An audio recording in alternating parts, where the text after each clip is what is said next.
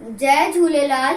मां लक्ष्मी चंदानी संत सरदाराम नगर बैरागढ़ भोपाल में रहंदो आहियां। मां 5 दर्जे में पढ़ंदो आहियां। तव्हां सभिनी खे अॼु चेटी चंड जे लाइ ॿुधाईंदुसि। जीअं त तव्हां सभिनी खे ख़बर आहे त कहीं भी जातीअ जी सुञाणप, उनजी संस्कृति, रहणी करणी, रीत रिवाज, ॾिण वार ऐं वरसे मां पवंदी आहे। जेको जंहिं जातीअ में पैदा थिए थो उहो ई उन सां ई जुड़ी वञे थो। जेको जंहिं घर माहौल में रहे थो उहो ई पूजा पाठ, विर्त, नेम, मंदिर ऐं टिकाणा। ॾिण वार असांजे संस्कृतीअ जी सुञाणप, उनजी ॾिण वारा जश्न आहिनि। ॾिण वार असांजी ज़िंदगीअ जो अहम हिस्सो आहे। उहो त हर महीने उमास, ग्यारस, सत्यनारायण यानी पूर्णिमा ऐं चंड थींदो आहे। चंड यानी हिंदू महीने जो ॿियो ॾींहुं, पर चेट महीने जो चंड यानी असां सिंधियुनि जे लाइ नओं साल।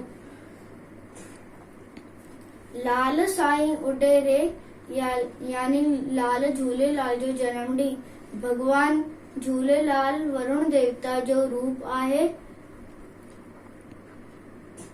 उॾेरे लाल जो जनम ॾींहुं चेट महीने जे चंड ते संवत 1007 में सिंध जे हैदराबाद में थियो। माता देवकी ऐं पिता रतन राय हुन जो नालो उदयचंद रखियो।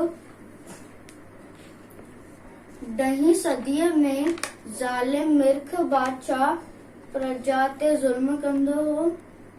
दरिया किनारे ते अची लाल साईं मिर्ख बादशाह जे प्रजा खे ज़ुल्म खां प्रजा खे बचाए धर्म जी रक्षा कई। तॾहिं खां वठी झूलेलाल लाल साईं दरियाशाह जी पूजा कई वेंदी आहे ऐं हर साल चेट जो चंड यानी चेटी चंड मल्हायो वेंदो आहे।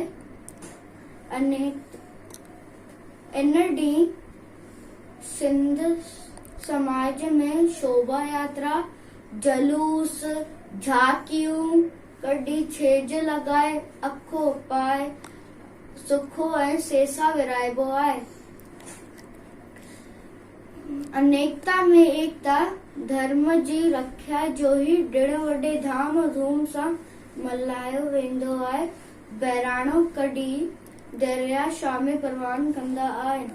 तव्हां सभिनी खे अॼु चेटी चंड जी लख लख वाधायूं ऐं अर्ज़ आहे त सभई सिंधी हर साल इहो ॾींहुं गॾिजी वॾे धाम धूम सां मल्हाईंदा ऐं पंहिंजे घर में सदाई